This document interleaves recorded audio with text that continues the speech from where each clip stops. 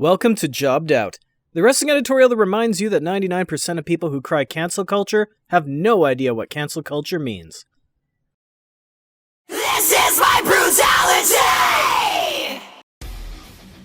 I'm gonna have to go on a bit of a rant here just to set the scene, but I don't believe in cancel culture, at least not in the way the term is used today.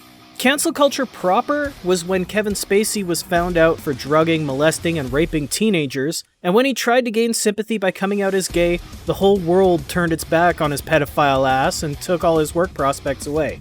Cancel culture is finding out that there are nearly 20 people who've been wronged sexually by Joey Ryan, and everybody banding together to say, hey, your YouPorn Plex ass isn't welcome in our society, let alone our industry. But when people actually complain about cancel culture, what are they talking about?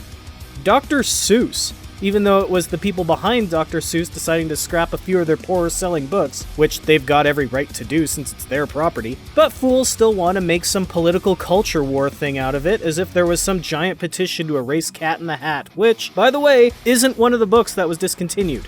Same goes for Pepe Le Pew.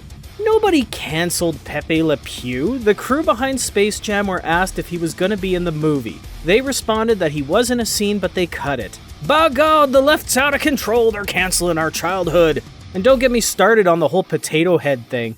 None of these are cancel culture. These are companies having every right to do whatever the hell they want with their intellectual properties as they update their brands. Okay, that being said, this is a pro wrestling channel, so it's time to talk about wrestlers that have been under this cancel culture treatment. Lars Sullivan, who said countless horrible things, including sexist, racist, and homophobic attacks. He ended up eating a fine, being suspended, had to undergo sensitivity training, and going out of his way to apologize for his actions. Word even came out that he had approached wrestlers specifically to try to make things right. And while I personally have a history of shitting on Lars Sullivan left and right, I gotta say, good for him. That being said, Lars Sullivan was not cancelled.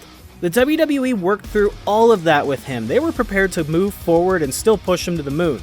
Ultimately, he was released because his anxiety was too high for him to reliably work big events. That's not cancel culture. That's realizing you're not the right guy for the job. Jack Gallagher. It came to light during the speaking out movement that at an event he attended prior to signing with the WWE, he got blackout drunk and forced himself on an unwilling participant. Thankfully, that person got the hell out of there before there was a full-on time to call the police level crime.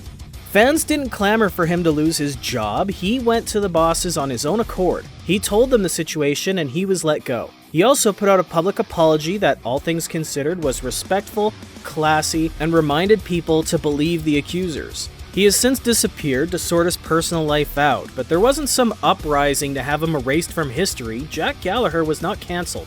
Hulk Hogan. I mean, duh, right? How many times do I have to bring up what Hogan did? His non-apology and the WWE's constant attempts to make him a popular money-making figure again. Hogan was actually fired by the WWE before public word even got out of what he said during that sex tape. If cancel culture were a thing, Hulk Hogan would be gone forever.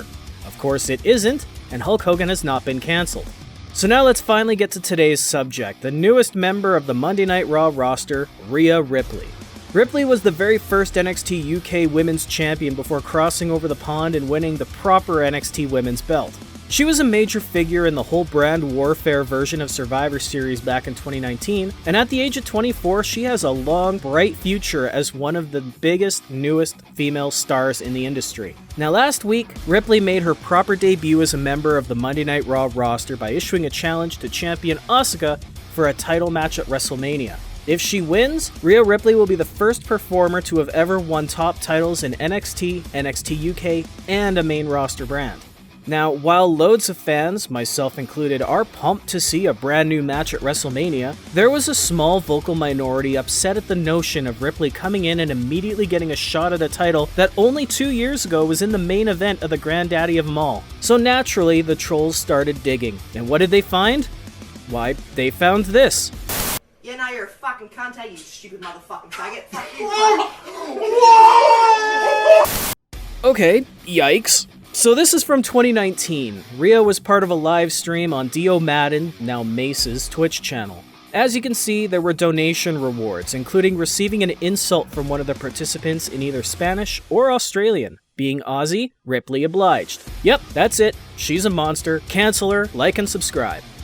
Except, Rhea Ripley didn't wait for some backlash to take place before trying to make things right. I mean, don't get me wrong, there was still backlash, this is the internet, come on. But in that same stream, Ripley issued an apology for her poor judgment. She followed up with a tweet about the incident, admittedly making more people aware of what went down.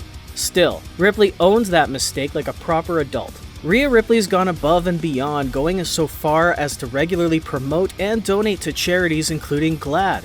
Not because she's in trouble, not to make up for some more recent controversy, but because Rhea Ripley supports these groups and wants to do what she feels is right despite her one blunder in the past.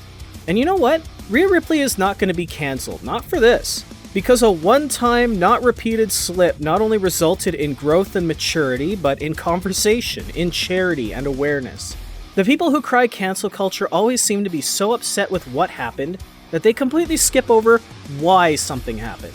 There were circumstances around the incident, and despite that slip-up, Rhea Ripley handled things in such responsible ways that if Hulk Hogan had done 1/10 of this, he would have been accepted as an actual fan favorite by now. Now this is all just my opinion though, and I want to know what you think. Has Rhea Ripley's actions made up for what she said 2 years ago? Do you think the backlash she received is fair, and do you accept the apology and actions that she's taken to remedy it? Let me know what you think in the comments, and be sure to subscribe to the channel for more, because I want you to be a part of the conversation too. For now though, I better get my shoulders off the mat, so thank you for tuning in to Jobbed Out. I'll catch you next time.